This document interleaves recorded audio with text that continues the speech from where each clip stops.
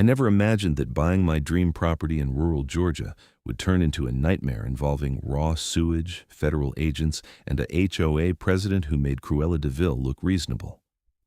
But there I was, standing in my backyard on a humid Tuesday morning in April, watching brown sludge bubble up from the ground like some kind of toxic spring, wondering what fresh hell had just erupted onto my 5 acres of what was supposed to be peaceful countryside. My name is Brandon Lawson, and I had closed on this property outside of Marietta just 3 months earlier. The land was perfect. Rolling hills, mature oak trees, a small creek running through the back section, and most importantly, it was far enough from the city that I could breathe without tasting exhaust fumes. I had paid cash for it after selling my tech startup, and I was finally ready to build the workshop and small home I had been dreaming about for years. The property wasn't technically inside the Meadowbrook Estates subdivision that bordered my eastern fence line, but apparently that detail was about to become very important. The smell hit me before I even understood what I was looking at. It was the kind of stench that makes your eyes water and your stomach turn, that primal recognition that something is deeply, horribly wrong. I had been out back checking on the foundation markers for my planned workshop when I noticed the wet patch. At first, I thought maybe a pipe had burst, except I didn't have any pipes out here yet. Then I saw the toilet paper. I pulled out my phone and called my contractor, Mike Stevens, who had been helping me navigate the building process. He answered on the second ring. "Mike, I've got a problem. There's sewage coming up from the ground on my property." "Sewage? Brandon, you don't even have a septic system installed yet. Are you sure that's what it is?" "I'm looking at toilet paper and human waste bubbling up from the soil." "Yeah, I'm pretty sure." There was a pause. "Where exactly on your property?" "Eastern side, maybe 50 feet from my property line with Meadowbrook Estates." Another pause, longer this time. "Call the county health department right now, and don't let anyone tell you this is normal or that it'll go away on its own. This is serious." I thanked him and hung up, then immediately dialed the Cobb County Health Department. The woman who answered sounded bored until I mentioned raw sewage surfacing on my land. Then her tone shifted completely. "Sir, I need you to stay away from the affected area. Do not touch the water or soil. We'll have an inspector out there today." "Today? That fast?" "Raw sewage is a public health emergency. Yes, today." She took down my information and address, and I walked back toward my truck, careful to avoid the expanding wet area. As I reached my vehicle, I noticed a white SUV pulling up my long gravel driveway. Great. I wasn't in the mood for visitors. The SUV came to a stop, and out stepped a woman who looked like she had been professionally designed in a laboratory to embody every HOA stereotype ever created. She was maybe 50, with severely highlighted blonde hair pulled back so tight it probably gave her a headache, wearing white capris and a pink polo shirt with some kind of logo on it. Her expression suggested she had just discovered dog waste on her designer shoes. "Excuse me," she called out, her voice sharp enough to cut glass. "Are you the new owner of this property?" "I am, Brandon Lawson." I didn't extend my hand because mine were potentially contaminated, and also because something about her energy made me want to keep my distance. "I'm Patricia Hendricks, president of the Meadowbrook Estates Homeowners Association." She said it like she was announcing herself as royalty. "We need to discuss your plans for this land." I blinked. "My plans are my business. This property isn't part of your HOA. Her smile was thin and cold. "That may be technically true, but your property borders our community and we have standards to maintain. I've seen the permits you filed. A workshop? That's going to be an eyesore. We can't have that affecting our property values. Again, not part of your HOA, not subject to your rules, and right now I've got a bigger problem to deal with." I gestured vaguely toward the back of my property. Patricia's eyes narrowed. "What kind of problem?" "Sewage is coming up from the ground back there. The health department is sending someone out." For just a fraction of a second, something flickered across her face. It wasn't concern or surprise. It was closer to panic, quickly masked. "Sewage? That's impossible. You don't have any systems installed." "Yeah, that's what makes it interesting. It's not my sewage." "Well, it certainly isn't coming from Meadowbrook Estates. Our systems are all up to code and regularly maintained. She said it too quickly, too defensively. I didn't say it was, but the health department will figure out where it's coming from. Patricia's jaw tightened. I'll expect you to keep me informed about this situation.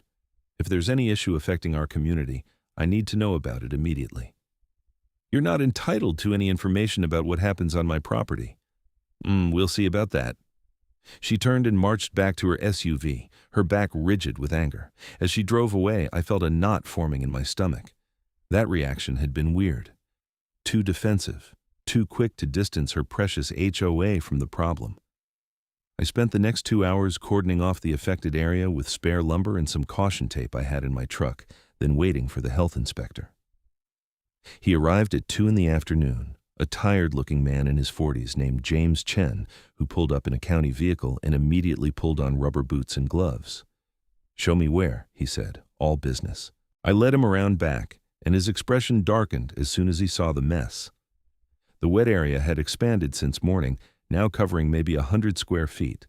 He pulled out various testing equipment, taking samples of the soil and water, documenting everything with photographs and making notes on a tablet. "This is definitely sewage," he confirmed. "Raw, untreated human waste. You said you don't have any systems installed here?" "Nothing. The property is raw land. I was just starting the building process." James walked along the affected area, studying the ground, then moved toward the property line with Meadowbrook Estates. He stopped at the fence line and stared for a long moment. "See that?" He pointed to a section of disturbed earth just on the other side of the fence. "That's relatively fresh. Someone's been digging there within the last few months." "What are you thinking?" "I'm thinking we need to do some investigating on that side of the fence. Do you know who owns that property?" "It's part of the Meadowbrook Estates Subdivision, HOA-controlled community." James made a note. "I'm going to need to expand this investigation. In the meantime, this entire area is officially quarantined. No one goes near it without proper protective equipment. I'll be filing a report, and we'll have more people out here tomorrow to trace the source." "How bad is this?" He looked at me seriously. "If what I suspect is true, very bad. This kind of contamination doesn't just happen. Someone's system is failing catastrophically, or worse, someone did something incredibly illegal." After James left, I sat in my truck and tried to process the day. I had bought this land to escape complications, and now I was dealing with literal sewage flowing onto my property. My phone buzzed. It was a text from an unknown number. "Mr. Lawson, this is Patricia Hendricks. I must insist you cease any investigation that might implicate Meadowbrook Estates. We have a community to protect." I stared at the text in disbelief. She was actually trying to intimidate me? I typed back, "The health department is handling this. If you have nothing to hide, you have nothing to worry about." Her response came within seconds. "Everything in Meadowbrook Estates is perfectly legal and up to code. Any suggestion otherwise will be met with legal action. Our attorney will be in touch." I called Mike back and filled him in on everything. "Brandon, listen to me carefully," he said when I finished. "This sounds like an illegal discharge. If that HOA is pumping sewage onto your land, that's not just a civil matter. That's criminal. You need to document everything, and you might want to call the EPA. "The EPA? Isn't that overkill?" "Not if we're talking about intentional illegal dumping of human waste. The EPA takes that stuff seriously. Environmental crimes, public health violations, potential groundwater contamination. This could be huge." That evening, I did some research. The more I read about illegal sewage discharge, the more concerned I became. This wasn't just about my property. If sewage was flowing from Meadowbrook Estates onto my land, it could contaminate the creek, which fed into the Chattahoochee River watershed. That meant potential contamination of drinking water sources for thousands of people. The next morning, I was up early, photographing the affected area at first light. The sewage pool had grown overnight, now covering nearly 200 square feet. The smell was overwhelming. I called the health department again and spoke to James Chen. "It's gotten worse," I told him. "Much worse. I'm already on my way out with a full team. We're bringing ground-penetrating radar and excavation equipment. We need to trace this back to the source." By 9 in the morning, my property looked like a crime scene. 3 county vehicles, 2 crews of workers, and James Chen coordinating everything. They set up a perimeter and started scanning the ground with the radar equipment, following what James suspected was an underground pipe running from Meadowbrook Estates directly onto my property. "There," one of the technicians called out. "We've got a pipe, 6 inches in diameter, running from that direction." He pointed toward the subdivision. "It terminates right about where the sewage is surfacing." James looked grim. "Start digging. I want to see exactly what we're dealing with." As the crew started excavating, a convoy of vehicles came speeding up my driveway. Patricia Hendricks emerged from the lead SUV, followed by 2 men in expensive suits and another man with a clipboard. "Stop this immediately!" Patricia shouted, storming toward James. "You have no right to be digging on this property." James didn't even look up from his tablet. "I'm a county health inspector responding to an environmental health emergency. I have every right to be here with the property owner's permission." "This is harassment. You're targeting our community without cause." One of the suits stepped forward. "I'm Richard Morrison, attorney for the Meadowbrook Estates HOA. We demand to see your warrant." James finally looked up, his expression cold. "I don't need a warrant. This is an active public health investigation on private property where the owner has given full consent. If you interfere with this investigation, I'll have the sheriff's department remove you." Patricia's face flushed red. "You're going to regret this. Do you have any idea who sits on our HOA board? We have connections. We'll have your job." "Madam, I suggest you leave before you make this worse for yourself." The man with the clipboard, who I now realized was probably an engineer or contractor from the subdivision, was staring at the excavation site with growing horror. He pulled Patricia aside and whispered something urgently to her. Her face went from red to pale in seconds. "We're not done here," she hissed at me directly. "You've made an enemy today." "I didn't do anything except own land that your sewage is flowing onto," I shot back. "Maybe focus your anger where it belongs." As they drove away, one of the excavation crew called out, "Inspector Chen, you need to see this." We all moved to the dig site. They had uncovered a white PVC pipe 6 inches in diameter, running at a shallow depth from the direction of Meadowbrook Estates. The pipe had been deliberately placed with professional fittings and connections, but what made my blood run cold was what was coming out of it. A steady stream of raw sewage was flowing through that pipe directly onto my property. James took photos and samples, his expression getting darker by the minute. "This is a deliberate illegal discharge system. Someone installed this pipe to dump sewage from that subdivision directly onto this property. This isn't an accident or a system failure. This is intentional." "Can we trace it back to the source?" I asked. "We're going to try, but we'll need access to the subdivision. And given the HOA's reaction, I don't think they're going to cooperate." He pulled out his phone. "I'm calling my supervisor. This just became a major incident." Over the next hour, the site got even busier. James's supervisor arrived, along with a representative from the Georgia Environmental Protection Division. They confirmed what James had found and immediately began the process of tracing the pipe back to its source.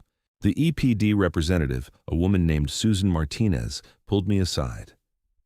"Mr. Lawson, based on what we're seeing here, I strongly recommend you contact the EPA's Criminal Investigation Division. This appears to be an intentional violation of the Clean Water Act, and given the scale and deliberate nature, it could qualify as a federal crime." "The EPA has criminal investigators?" "They do, and they take environmental crimes very seriously. Illegal sewage discharge, especially on this scale and with this level of apparent premeditation, could result in federal charges. I can give you the contact information for the regional office." She handed me a business card with a phone number. I stared at it, trying to wrap my head around the situation. Yesterday morning I was planning a workshop. Now I was being told to call federal criminal investigators. I made the call. The EPA's Regional Criminal Investigation Division office in Atlanta answered, and after explaining the situation, I was transferred to Special Agent David Park. I went through the whole story again, and he listened without interrupting. "Mr. Lawson, I'm going to need you to preserve the site exactly as it is. Don't let anyone disturb anything. I'm sending a team out this afternoon. If what you're describing is accurate, this is exactly the kind of case we prioritize." "How serious is this?" "Intentional illegal discharge of untreated sewage with potential watershed contamination." Very serious. We're talking potential felony charges, significant fines, and possible prison time for anyone involved in the decision-making. The Clean Water Act doesn't mess around. The EPA team arrived at 3 that afternoon. Special Agent Park was a serious man in his 40s, accompanied by 2 other agents and several technicians with sophisticated testing equipment. They spent hours documenting everything, taking soil and water samples, photographing the pipe system, and using ground-penetrating radar to trace the pipe back toward Meadowbrook Estates. Mr. Lawson, Agent Park said as the sun was setting, we've traced that pipe back to a pumping station located within the Meadowbrook Estates subdivision. Based on our preliminary investigation, it appears this subdivision's sewage system was deliberately configured to discharge overflow or excess sewage onto your property rather than into the proper municipal treatment system. Why would anyone do that? Cost savings, most likely. Connecting to the municipal system properly requires significant infrastructure and ongoing fees. If someone decided to cut corners by illegally discharging onto what they thought was vacant land, they could save hundreds of thousands of dollars. Of course, they'd be committing serious federal crimes in the process. What happens now? Now we execute search warrants. We need to examine the subdivision's sewage infrastructure, review HOA records, and interview anyone involved in the design and approval of their systems. This investigation is officially open. And I can tell you right now, based on what we've found, people are going to face serious consequences. That night, I barely slept. I kept thinking about Patricia Hendricks's reaction, her immediate defensiveness, her threats. She had known. The question was how many others knew and how long this had been going on. The next morning, I woke to the sound of helicopters. I walked outside to see news choppers circling the area. My phone was exploding with missed calls and texts. I checked the news and saw headlines: Federal investigation into illegal sewage dumping in Cobb County, and EPA raids subdivision after sewage scandal. I called Agent Park. What's happening? We executed search warrants at dawn. We've seized HOA records, engineering documents, and we're currently interviewing board members. The news got wind of it because we had to coordinate with local law enforcement. I apologize for the circus, but this is a major case. How bad is it? Worse than we initially thought. That subdivision has been dumping sewage onto your property for almost 2 years. The system was designed that way from the start. We've found emails and documents showing the HOA board, including Patricia Hendricks, approved this system to avoid paying for proper municipal connections. They saved about $300,000 in infrastructure costs by committing federal crimes. I felt sick. 2 years? But I only bought the property 3 months ago. The previous owner lived out of state and never visited the property.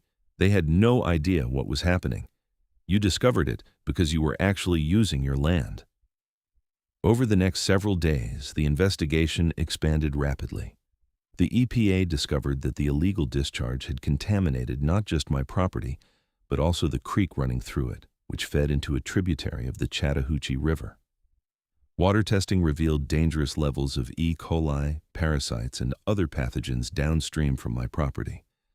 The Georgia Environmental Protection Division issued emergency orders closing several public access points along the creek system pending cleanup. The news coverage was relentless. Reporters camped out at the entrance to Meadowbrook Estates and along my property line. I had to hire a lawyer just to handle media requests and protect my interests. Patricia Hendricks, meanwhile, was nowhere to be seen. Her social media accounts went dark, and neighbors reported she'd stopped answering her door. 1 week after the EPA raid, Agent Park called me to his office in Atlanta. I drove in, navigating through traffic, and met him in a conference room filled with documents, photos, and charts mapping out the illegal sewage system. "Brandon, I wanted to brief you personally on where we are," he said. "This case has become one of our highest priorities. We've traced the decision-making process, and it's clear that multiple HOA board members, including Patricia Hendricks, the subdivision's engineer, and the developer's representative, all knew about and approved this illegal system." He showed me emails that made my stomach turn. Patricia Hendricks had written to the engineer, We need to find a way to reduce costs on sewage infrastructure. The property to the east is vacant and unmonitored. Can we use that as a temporary discharge point until we can afford proper connections? The engineer had responded, "Temporary discharge onto adjacent property would be a violation of state and federal environmental laws. I cannot recommend this course of action." Patricia's response, "Noted. Proceed with the alternative drainage system as discussed."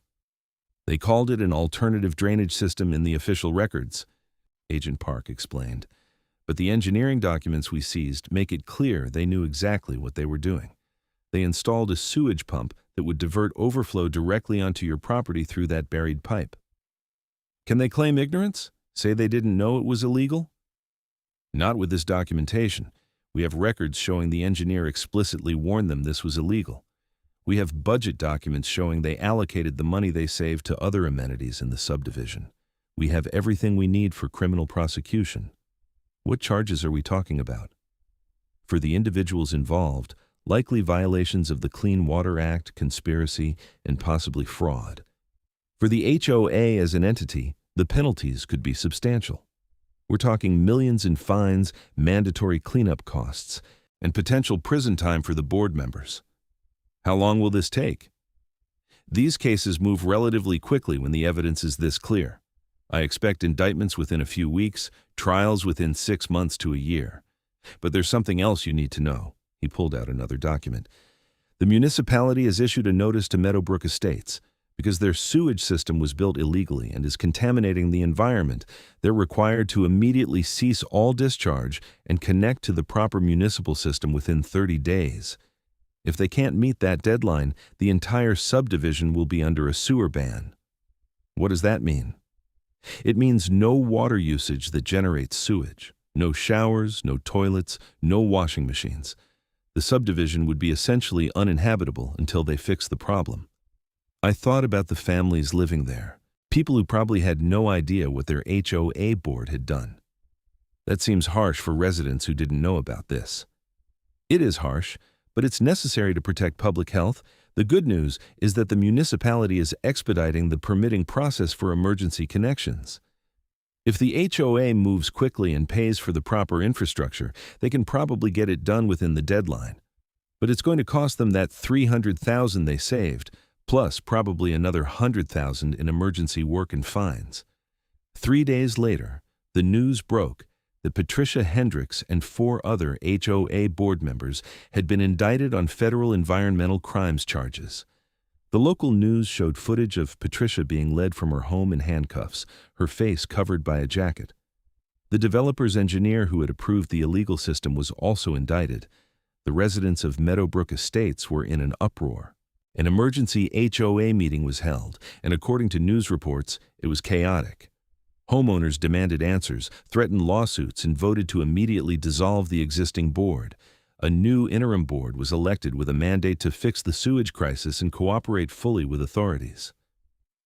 Meanwhile, my property remained a contaminated mess. The EPA had ordered a full environmental remediation, which meant removing contaminated soil, treating the creek, and monitoring water quality for months. The costs would ultimately be paid by the HOA and the individuals responsible, but the process would take time. I met with the new interim HOA president, a man named Robert Chen, who seemed genuinely horrified by what the previous board had done. "Mr. Lawson, I want to apologize on behalf of our community," he said when we met at a coffee shop in Marietta. "Most of us had no idea what was happening. We trusted our board, and they betrayed that trust while committing crimes that affected you directly. I appreciate that, but I need to know what's being done to fix this. We've secured emergency financing to build the proper sewage connections. Work starts tomorrow, and we're aiming to complete it within 3 weeks. We're also cooperating fully with the EPA's cleanup requirements on your property. The HOA's insurance and our legal settlement will cover all remediation costs, plus compensation for your losses and damages." Legal settlement? Our attorneys advised us that you have an ironclad civil case against the HOA. Rather than drag this through courts, we'd like to settle. We're prepared to offer you $500,000 in damages, full remediation of your property at our expense. and a permanent conservation easement on the HOA land bordering your property to ensure nothing like this ever happens again. I sat back, processing this. $500,000 was substantial, more than I had paid for the entire property. I'll need to discuss this with my attorney. Of course. But please know that we're trying to make this right. The people responsible will face criminal consequences, and we're doing everything possible to fix what they broke. My attorney, a sharp environmental law specialist named Rachel Morrison, reviewed the settlement offer and advised me it was extremely generous. Brandon, they know they're exposed to potentially much higher damages if this goes to trial. You could probably push for more, but this offer gives you substantial compensation, guarantees the cleanup, and provides long-term protection. Plus, you avoid years of litigation. I'd recommend accepting it with a few minor modifications to ensure the cleanup meets EPA standards. We negotiated for another week and settled on $550,000. Guaranteed EPA standard remediation, quarterly water quality testing for 5 years at HOA expense, and the conservation easement. The new HOA board signed the agreement quickly, desperate to contain the financial damage. The sewage connection work was completed in 22 days, just under the deadline. Meadowbrook Estates was able to avoid the sewer ban, though several families had already moved out in disgust. Property values in the subdivision had plummeted, and a class action lawsuit from residents against the former board members was working through the courts.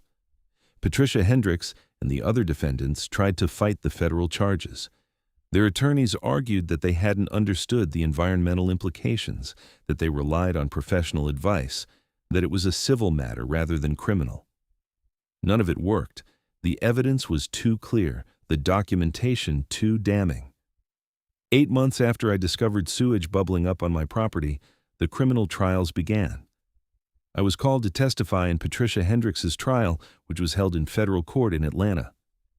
I sat in the witness box and described discovering the contamination, the investigation, and the impact on my property. Patricia's attorney tried to suggest I had somehow contributed to the problem or exaggerated the contamination. The prosecutor demolished that argument by presenting photographs of the sewage pool, EPA test results showing dangerous pathogen levels, and the emails where Patricia had explicitly approved the illegal system after being warned it violated federal law. The jury deliberated for less than 4 hours. Patricia Hendricks was convicted on 3 counts of violating the Clean Water Act, 1 count of conspiracy, and 1 count of making false statements to federal investigators. The other board members received similar convictions. At sentencing, 2 months later, the judge was harsh. Patricia Hendricks received 18 months in federal prison, 3 years of supervised release, and was ordered to pay $200,000 in fines and restitution. The other board members received sentences ranging from 6 months to a year, plus substantial fines. The engineer who had approved the system despite knowing it was illegal received 24 months. The HOA itself was fined $3.2 million by the EPA for environmental violations. The legal and financial consequences devastated the subdivision. Special assessments were levied on every homeowner to pay for the fines, legal fees, and remediation costs. Many families, facing bills of $30,000 to $40,000 each, simply walked away from their properties. Meadowbrook Estates became a cautionary tale in real estate and HOA governance circles. Meanwhile, my property was being restored. The EPA's cleanup took 4 months of intensive work. They removed nearly 300 cubic yards of contaminated soil, treated the affected areas with specialized bacteria to break down remaining contaminants, and restored the native vegetation. The creek was cleaned and restocked with native fish after water quality testing confirmed it was safe. By the following spring, almost a year after I had discovered the sewage, my land was finally clean. The settlement money had more than compensated for the delays and headaches. I was able to proceed with building my workshop, which was completed that summer. I also built the small cabin home I had planned, positioning it to overlook the creek that now ran clear and clean. The conservation easement meant that the land between my property and the subdivision would remain undeveloped forever, giving me a permanent buffer. Ironically, Patricia Hendricks's crimes had resulted in exactly what she had feared. Her actions had negatively impacted property values, but in her own subdivision rather than mine. I kept in touch with Agent Park from the EPA. He told me that my case had become a training example for environmental crimes investigators, showing how quickly citizen complaints can expose major violations. "You did the right thing," he told me over coffee one afternoon. "You didn't let them intimidate you. You documented everything, and you reported it to the proper authorities. Because of that, we stopped an ongoing environmental crime, held people accountable, and protected public health." "I just wanted to build a workshop," I said wryly. He laughed. "Well, you ended up doing a lot more than that. The Clean Water Act exists specifically to prevent situations like this. When people violate it for profit or convenience, they need to face consequences. Otherwise, we'd have sewage dumping everywhere." I occasionally drove past the entrance to Meadowbrook Estates. The neighborhood had a haunted quality now, with multiple vacant homes and overgrown yards. The elaborate entrance sign that had once proclaimed it as a premium community looked shabby and sad. A new sign had been added below it. Under new management. Robert Chen, the interim president who had helped negotiate the settlement, had become the permanent president. He was working to rebuild trust and restore the community, but it was an uphill battle. The scandal had made national news, and the subdivision's name was now synonymous with HOA, corruption, and environmental crimes. One afternoon, about 18 months after the initial discovery, I was working in my completed workshop when I heard a vehicle coming up my driveway. I looked out to see Robert Chen's car. He got out and I invited him into the shop. "Impressive place," he said, looking around at my equipment and projects. Thanks, it's what I wanted to build all along. Took a detour through federal environmental crime investigation to get here, but we made it." He smiled grimly. "I wanted to update you on the subdivision. We've stabilized, mostly. About 30% of the homes sold or foreclosed due to the financial impact, but new families are moving in. We've been completely transparent about the history, and surprisingly, some people appreciate that. We're rebuilding with real accountability and oversight." "That's good to hear. I don't have any ill will toward the residents." "I know. You could have been vindictive, but you weren't. The settlement was fair, and you've been reasonable throughout this whole mess. I also wanted to tell you that Patricia Hendricks is scheduled for release next month. She served her full sentence without early release." I nodded. I hadn't followed her incarceration closely, but I knew she was at a minimum security federal facility in Alabama. "I doubt she'll come back here," Robert continued. "Her house was foreclosed, her husband divorced her, and from what I understand, she's completely broke from legal fees and fines. But I wanted you to be aware, just in case." "I appreciate the heads up, but I'm not worried. She made her choices and she paid the consequences." Robert left and I went back to my work. The afternoon sun streamed through the workshop windows, dust motes dancing in the light. Outside, I could hear the creek burbling along, clean and clear. It had been a hell of a journey from discovering sewage in my backyard to this moment of peace. The legal aftermath continued for years. The civil lawsuit by Meadowbrook Estates residents against the former board members resulted in a multi-million-dollar judgment, though most of it would never be collected since the defendants had been bankrupted by fines and legal fees. The subdivision's insurance companies fought over coverage, leading to more litigation. The engineering firm that had employed the convicted engineer was sued for negligence and eventually settled for an undisclosed sum. I occasionally got calls from reporters or documentary filmmakers wanting to tell the story. I usually declined, though I did participate in one EPA educational video about reporting environmental crimes. The video used my case as an example of how ordinary citizens can play a crucial role in environmental protection by reporting violations rather than ignoring them. My life settled into the peaceful routine I had originally sought when buying the property. I worked on various projects in my shop, did some consulting work remotely for tech companies, and enjoyed the quiet rural life. I started dating a veterinarian named Zara Kennedy, who had a practice in Marietta, and she loved the property as much as I did. One evening, about 2 years after the original incident, Zara and I were sitting on the porch of my cabin, watching the sunset paint the sky in shades of orange and purple. The conservation easement land between my property and the subdivision had grown wild and beautiful, full of native plants and wildlife. "Do you ever regret buying this place?" she asked, given everything that happened? I thought about it. No, it was horrible at the time, but it needed to be exposed. If I hadn't bought this property and actually used it, that sewage would still be flowing, the creek would still be contaminated, Patricia Hendricks and her cronies would still be committing crimes and putting public health at risk. Sometimes you buy land and get more than you bargained for.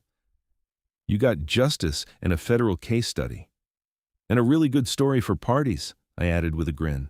She laughed.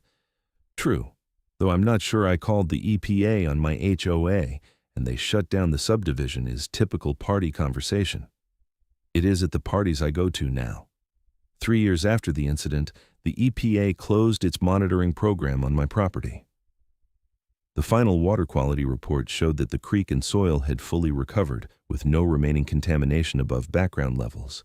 The quarterly testing had consistently shown clean results for over a year, meeting the criteria for case closure.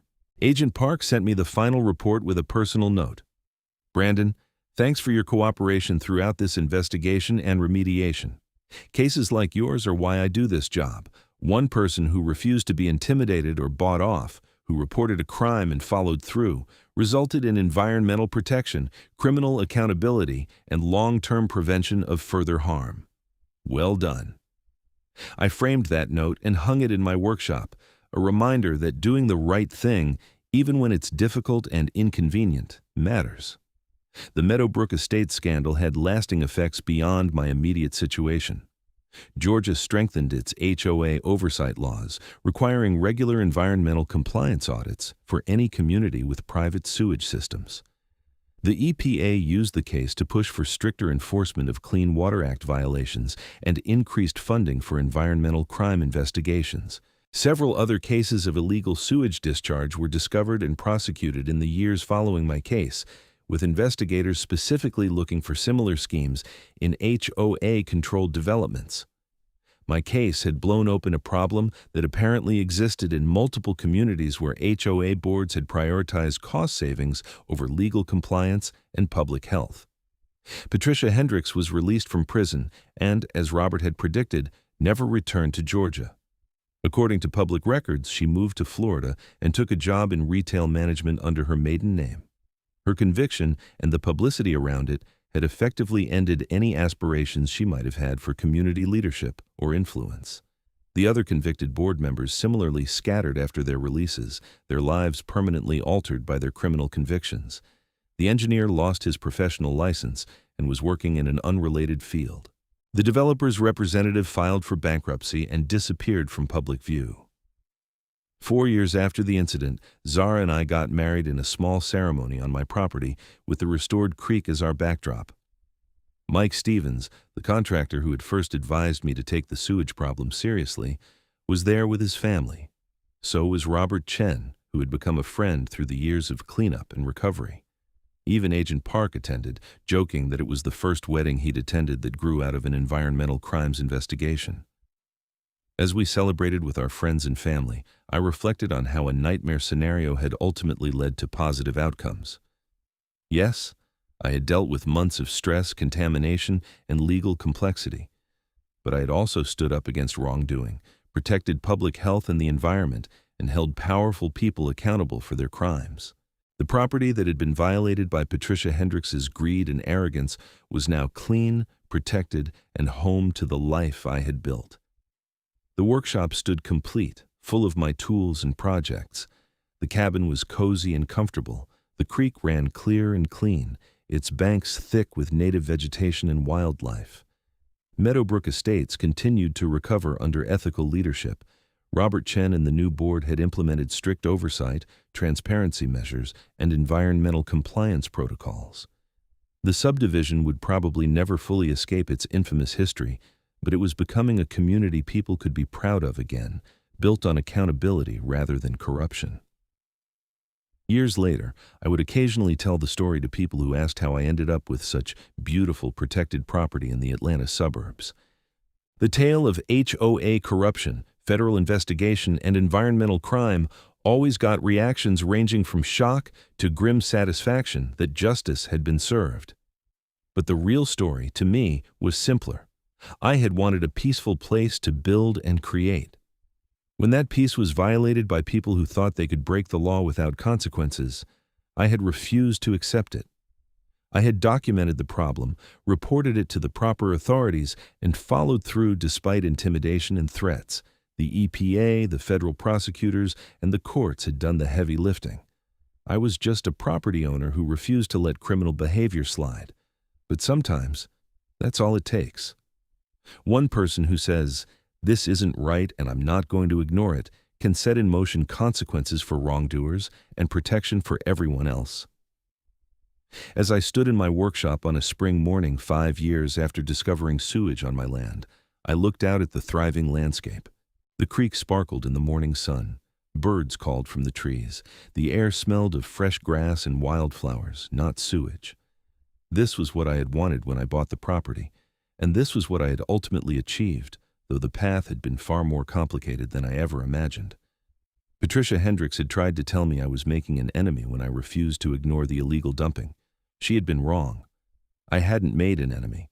I'd simply refused to be a victim of her crimes. The actual enemies had been the people who thought they could violate federal environmental laws to save money and avoid accountability.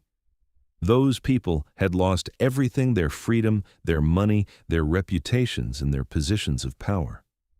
Meanwhile, I had gained a protected, clean property, compensation for my troubles, and the satisfaction of knowing I had done the right thing even when it would have been easier to look the other way. The lesson from my experience was clear. HOAs can wield significant power, but that power isn't unlimited. When HOA leaders cross the line from petty tyranny into actual crimes, especially crimes that threaten public health and the environment, there are authorities and laws ready to hold them accountable. The EPA doesn't care about HOA bylaws or property values or community standards. They care about environmental protection and public health, and they have the power to enforce the law against anyone who violates it. For anyone dealing with an HOA that's crossing legal lines, my advice was always the same. Document everything, know your rights, and don't be afraid to report violations to the proper authorities. It might seem easier to avoid conflict, to move away, or to accept illegal behavior, but that just enables the wrongdoing to continue and potentially harm others. I had called the EPA because sewage was flowing onto my land. That call had led to a federal investigation, criminal prosecutions, environmental cleanup, and significant changes to HOA oversight laws. All because I refused to accept that an HOA had the right to commit environmental crimes on my property. The view from my workshop window showed the result: clean land, clear water, and justice served. It had been worth the fight, and I would make the same choice again without hesitation. Some battles need to be fought, not just for yourself, but for everyone who might be affected by the same wrongdoing.